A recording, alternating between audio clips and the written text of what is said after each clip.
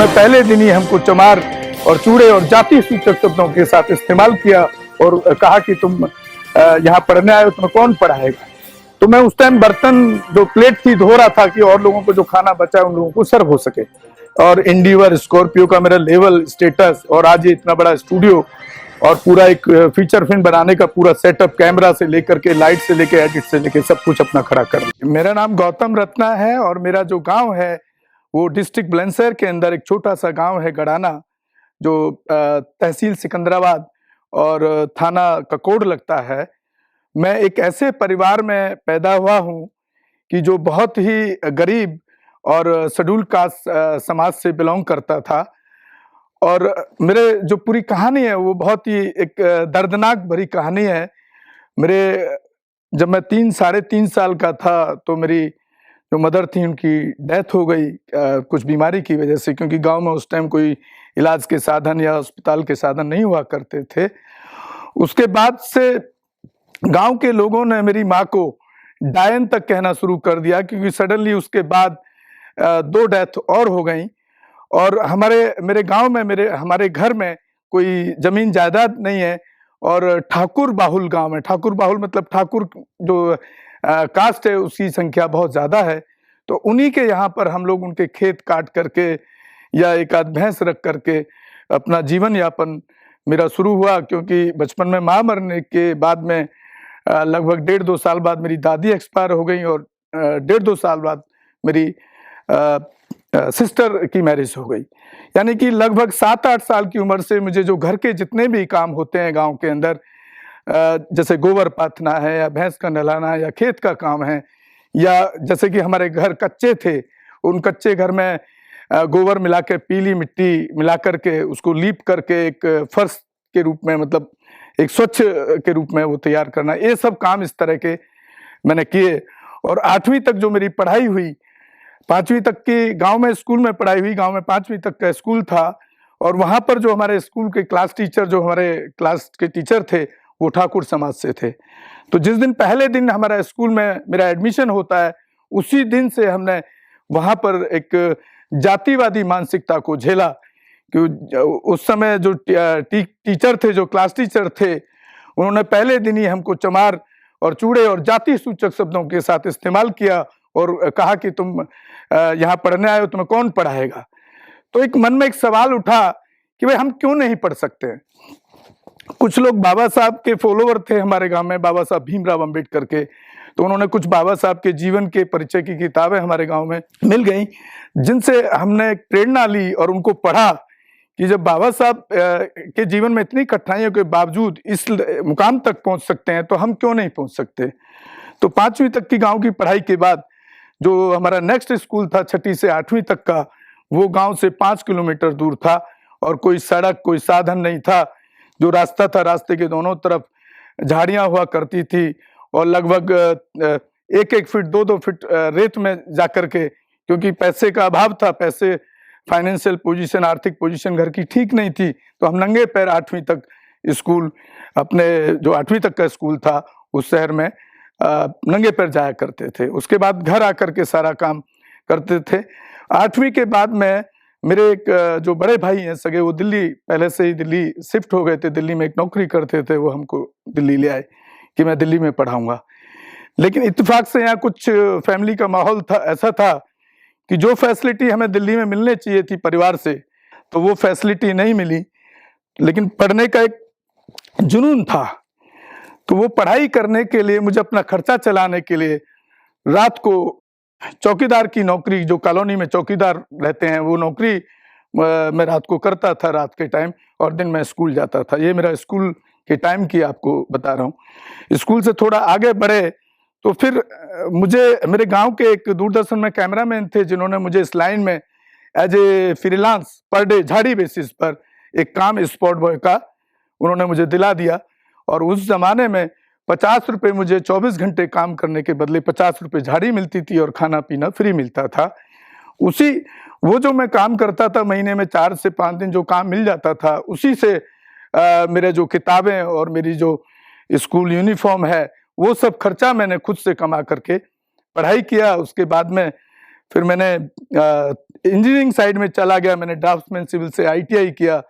मैंने पॉलिटेक्निक में भी मेरा एडमिशन हुआ, वहां पर भी मैं 2 साल इंजीनियरिंग कर रहा था, लेकिन आर्थिक कारणों की वजह से 88 से और 90 तक मैंने किया, लेकिन वो इंजीनियरिंग मुझे बीच में छोड़ना पड़ा। उसके बाद फिर ITI करने के बाद फिर मैं प्राइवेट सेक्टर में जॉब चला गया, लेकिन पढ़ाई को मैंने नहीं छोड़ा, क्योंकि मैं बाबा साहब के उस कथन पर पूरा फॉलो करता रहा कि शिक्षा वो शेरनी का दूध है, जितना पिएगा उतना दहाड़ेगा। तो फिर मैं दिन में नौकरी करता था, तो दिल्ली में फैसिलिटी थी, फिर मैंने पार्ट टाइम में GV पंत पॉलिटेक्निक में सिविल इंजीनियरिंग में एडमिशन लिया, जो मैं 4 साल वहाँ डिप्लोमा में करता रहा। फिर साथ साथ पैरेलल ये लाइन मेरे पार्ट टाइम है, मेरे खर्चे के लिए मैं अपना इस लाइन में काम करता था। तो धीरे धीरे मैं फिर इसमें, मुझे जब पढ़ाई के लिए खर्चा निकालना था, तो मैं इस लाइन में जब स्पॉट बॉय का काम करने गया, तो स्पॉट बॉय का जो काम होता है फिल्म लाइन के अंदर, वो डायरेक्टर, प्रोड्यूसर, एक्टर और जितनी भी टीम होती है उसको खाना खिलाना, सर्व करना, चाय पिलाना, पानी पिलाना, ये काम उसका होता है। लेकिन इसी बीच में जब मैं दिल्ली के अंदर एक सीरियल की शूटिंग में काम कर रहा था, इसी बीच में मेरे साथ में एक जो वहाँ प्रोड्यूसर थे और कैमरामैन वगैरह जो थे, वहां पर कुछ खाने की प्लेटें कम पड़ गई, जो कैटरिंग वाले से जो खाना पूरी यूनिट के लिए मंगाया गया था सब लोगों के लिए। तो प्लेटें कम करने के बाद जो प्रोड्यूसर था वो बोला कि भाई एक काम करो, ये स्पॉट बॉय है और इसको बोल दीजिए ये प्लेट धो देगा। तो जब मैं प्लेट धोने उस कोठी के अंदर किचन में चला गया, तो इत्तेफाक से वहां जो कैमरा असिस्टेंट का काम कर रहे थे, मैं उनको आज भी अपना गुरु का दर्जा देता हूं, मिस्टर एक प्रदीप राणा थे, और बहुत ही टेक्निकल, साउंड और बहुत एक्सपीरियंस होल्डर, मतलब उनके सामने इतना मेहनती आदमी थे वो कि उनके सामने डायरेक्टर की भी हिम्मत नहीं होती थी बोलने की। तो वो इत्तेफाक से पानी पीने के लिए किचन में आ गए इत्तेफाक से। तो मैं उस टाइम बर्तन जो प्लेट थी धो रहा था कि और लोगों को जो खाना बचा है उन लोगों को सर्व हो सके। उन्होंने जैसे ही देखा कि भाई ये बर्तन धोने के लिए किसने कहा है, उन्होंने मुझसे पूछा कि ये बर्तन धोने के लिए आपको किसने कहा है। मैंने कहा सर उन्होंने कहा है, प्रोड्यूसर ने। तो उन्होंने वहां से वो प्लेट उठा करके मेरे हाथ से छीन करके वहीं जो किचन में जो सिंक लगा होता वहीं पे उन्होंने रखवा दिया और मुझे बाहर लेकर आए पूरे यूनिट के सामने। उन्होंने पूछा भाई कि इस लड़के से, ये स्पॉट बॉय का काम करने आया, ये बर्तन धोने का काम किसने बोला इसको। तो वहां फिर कोई नहीं बोला, सब चुप हो गए। फिर उन्होंने वहीं पर ये अनाउंस किया, मुझे मेरे जीवन में एक बहुत बड़ा ब्रेक मिला। उन्होंने वहां पर अनाउंस किया कि आज के बाद ये लड़का कैमरे के साथ, मेरे कैमरे के साथ में एज ए कैमरा असिस्टेंट का काम करेगा, अटेंडेंट का काम करेगा, और आज के बाद ये आप भले ही इसको पैसे आप स्पॉट बॉय का दीजिए झाड़ी, क्योंकि स्पॉट बॉय का 50 रुपए होता था और कैमरा अटेंडेंट और असिस्टेंट का 150 रुपए झाड़ी होता था। तो उन्होंने कहा कि भाई भले ही आप पैसा इसको 50 रुपए दीजिए, लेकिन ये इसका काम नहीं था बर्तन धोने का, आपने उससे वो गलत काम लिया और ये कल से लड़का तब मेरे को वहां से ये इस लाइन में जाने का, धीरे धीरे स्टेप जो बढ़ने का, आगे बढ़ने का जो मौका है, वहां से मेरी शुरुआत हुई। फिर लास्ट में आकर के मैं as a civil engineer architecture assistant की प्राइवेट सेक्टर में जॉब भी करने लगा और रात को इंजीनियरिंग में वहाँ पढ़ाई करने लगा। पॉलिटेक्निक GV पंत दिल्ली ओखला में है। उसके बाद में 95 में जब मुझे कंपनी का एक पार्टनरशिप में ऑफर मिला, तो मैंने वो पार्टनरशिप स्वीकार कर लिया और मेरे पास जितना भी पैसे मैंने इकट्ठे किए थे कि भाई मैं अपने फादर को दिल्ली लाके अपने पास रखूंगा, क्योंकि गांव में एक तो जातिवादी शोषण मेरे गांव में ठाकुरों का बहुत ज्यादा था और आज भी वो बरकरार है। तो उसके बाद जब हमने कंपनी चालू की तो बहुत अच्छा इनकम हो गया। कुछ चीजें ऐसी वहां पर हुई कि जिसकी वजह से पार्टनरशिप 2 साल बाद मेरा पार्टनरशिप खत्म हो गया, क्योंकि मैं बाबा साहब भीमराव अंबेडकर और बुद्ध का फॉलोअर था, तो मैं अपनी स्टैचू अपने उस पर रखता था। तो पार्टनर जो लोग हैं उनका कहना था कि यार ये लगाओगे तो आपका बिजनेस नहीं चलेगा। तो जब 95 में जब कंपनी शुरू हुई, कुछ डिस्प्यूट हो गए पार्टनरशिप में, तो जब हमने 97 में अलग होने का फैसला मेरा पार्टनरशिप से हो गया, तब हमने बीच में कोई कैलकुलेशन नहीं किया था टोटल कि हमारी इनकम क्या है, और हमारा एक था कि भाई कंपनी को बहुत बड़ा बनना है और बड़ा आदमी बनना है। तो हम कोई भी पैसा कंपनी से लेते नहीं थे, तीनों पार्टनर में से। जब मेरा पार्टनरशिप खत्म हुआ, जब हमने पूरा फाइनेंशियल पूरे 1.5-2 साल का जो अकाउंट निकाला, मात्र 70 हजार 3 लोगों ने उस टाइम उस कंपनी को खड़ा करने के लिए लगाए। और जब हमने 1.25 साल बाद उस कंपनी का अकाउंट को टैली किया, तो आप सोच करके हैरान रह जाएंगे, 1,65,000 रुपये महीने का मेरी कंपनी का इनकम था। तो डिस्प्यूट हो गया, मैं अलग हो गया। अलग होने के बाद फिर क्योंकि 2 शेयर उनके पास चले गए और मैं अकेला हो गया। फिर मैंने अकेले दोबारा से अपनी कंपनी को खड़ा किया और उस टाइम में मेरे जो कंपनी का इनकम था इंडिपेंडेंट होने के बाद approximate 5 lakh rupees per month का था। लेकिन मैंने उसी में उसको हमेशा कंपनी को बढ़ाने के लिए मैंने पहला दिल्ली के अंदर फिल्म लाइन के अंदर जो साउंड प्रूफ जनरेटर यूज होते हैं, पहला मैंने, क्योंकि मैं आर्किटेक्चर फील्ड से था, आर्किटेक्चर में मैंने कोर्स किया हुआ था, नक्शा बनाना और डिजाइन करना ये सब, तो मैंने एक साउंड प्रूफ जनरेटर डिजाइन किया, पहला जनरेटर दिल्ली के अंदर फिल्म लाइन के अंदर। फिर मैंने एक वैनिटी वैन डिजाइन किया जिसमें आप देखते होंगे, जिसमें एक्टर और एक्ट्रेस जो है वो हमेशा एक वीआईपी गाड़ी उनके लिए रहता है, वो मैंने बनाया। यहाँ तक सब बहुत अच्छा चलता रहा। तो 3 साल पहले मैंने डिसाइड किया कि भाई मैंने सब कुछ तो कर लिया जीवन में, 5 स्टार लग्जरी लाइफ, 4 ड्राइवर अपने पर्सनल, और इंडिवर स्कॉर्पियो का मेरा लेवल स्टेटस, और आज ये इतना बड़ा स्टूडियो और पूरा एक फीचर फिल्म बनाने का पूरा सेटअप, कैमरा से लेकर के लाइट से लेके एडिट से लेके सब कुछ अपना खड़ा कर लिया। तो लगभग 2.5-3 साल पहले मैंने डिसाइड किया कि मैं उस कम्युनिटी के लिए अब काम करूंगा जिस कम्युनिटी का पूरे देश के अंदर शोषण होता है जातिवाद के नाम पर, चाहे वो हत्या कह लीजिए, चाहे उन गरीब समाज की जो लोअर कास्ट जिसको कहते हैं, SC ST या अनुसूचित जाति या OBC, उनके कहीं रेप होते हैं। जब मैंने इस पर काम करना चालू किया तो मैंने एक चैनल भी क्रिएट किया कि उन लोगों की जो आवाज में बनूं और उन लोगों की आवाज को मैं उठाऊं अत्याचार की। तो मैंने अपने चैनल का नाम, क्योंकि मैं बाबा साहब भीमराव अंबेडकर से प्रभावित था, तो मैंने उनके उस चैनल का, अपने यूट्यूब चैनल का नाम अंबेडकर नेशन रख दिया। अंबेडकर नेशन चैनल पर जब मैंने इस व्यवस्था के खिलाफ बोलना चालू किया, जिसको हम मनुस्मृति व्यवस्था कहते हैं, जो पहले से संविधान लागू होने से पहले, बाबा साहब अंबेडकर के बनाए हुए संविधान लागू होने से पहले मनुस्मृति व्यवस्था रही है पूरे देश के अंदर, जब उसके खिलाफ बोलना चालू किया और कास्टिज्म के खिलाफ बोलना चालू किया, अंधविश्वास के खिलाफ चालू किया, क्योंकि मैं आज तक किसी भी अपने जीवन के अंदर मैं कभी भी ना मंदिर गया हूं, ना मस्जिद गया हूं, ना गुरुद्वारा गया हूं, ना चर्च गया हूं। तो जो लोग धर्म के नाम पे या भगवान के नाम पे लोगों को गुमराह करते हैं, तो अगर ऐसा है भगवान ही सब कुछ करता है, तो मैं यहां तक कैसे पहुंचा? मैं तो अपनी मेहनत से पहुंचा, आज तक कभी मंदिर नहीं गया, ना उसमें बिलीव किया कभी भी। तो ये कैसे हुआ? बुद्धिज्म में मैं बिलीव इसलिए किया कि बुद्धिज्म टोटली जब पढ़ा तो वहां लगा कि ये तो टोटली साइंटिफिकल और तर्कशील है, तो मैंने बुद्धिज्म का दीक्षा लिया 1998 के अंदर।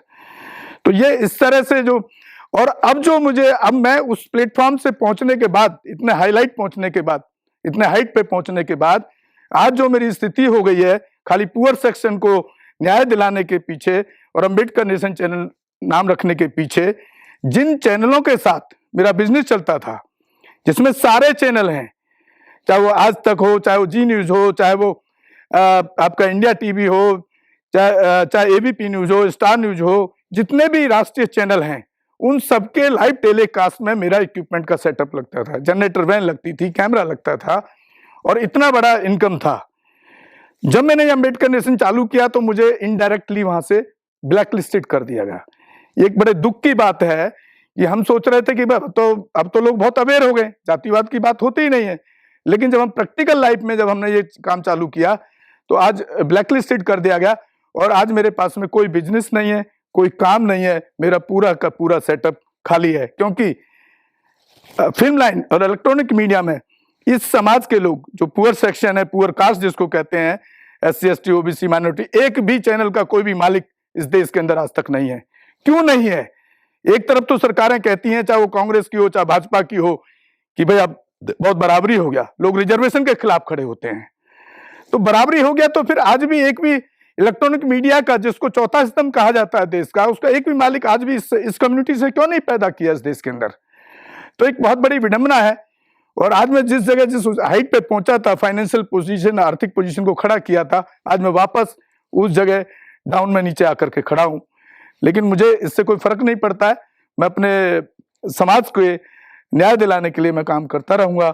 यही मेरी कहानी है सर, और इसी के साथ मैं आपसे विदा लेता हूं, और उम्मीद करता हूं कि जो लोग देख रहे हैं चैनल पे, वो एक प्रेरणा लें और अपने जीवन में एक अच्छी मेहनत करके अपना एक मुकाम हासिल करें। जय भीम, जय भारत, जय संविधान, अंबेडकर नेशन। मैं गौतम रत्ना गौतम फिल्म्स प्रोडक्शन में आपका स्वागत करता हूँ। आप हमारे प्रोडक्शन हाउस के अंदर अपना कैरियर बना सकते हैं as a film director, as a producer and actor and actress and editor and cinematographer also. अगर आपको फिल्म से रिलेटेड कुछ भी प्रोजेक्ट आपको बनवाना है तो हमारे पास में पूरा सेटअप है, जिसमें फिल्म कैमरा है, शूटिंग लाइट्स है और एडिटिंग है। सारा A to Z एक ही जगह पर आपको हमारे यहाँ पर मिल जाएगा। तो दोस्तों आप हमें कांटेक्ट कर सकते हैं हमारे नंबर्स पर 9810085714 और 8510005714। हमारे वेबसाइट पे विजिट कर सकते हैं www.filmserviceindia.com और हमें मेल भी कर सकते हैं gautamfilmsproduction@gmail.com पर। धन्यवाद। Hello friends, hi everyone, welcome to Rose cinema. Rose cinema पे आपका स्वागत है, जहां आपको देखने को मिलेगा hosting, action, comedy, suspense, sex, sting, untold story. हमारे चैनल रोज सिनेमा को लाइक, शेयर एंड सब्सक्राइब करना मत भूलिएगा।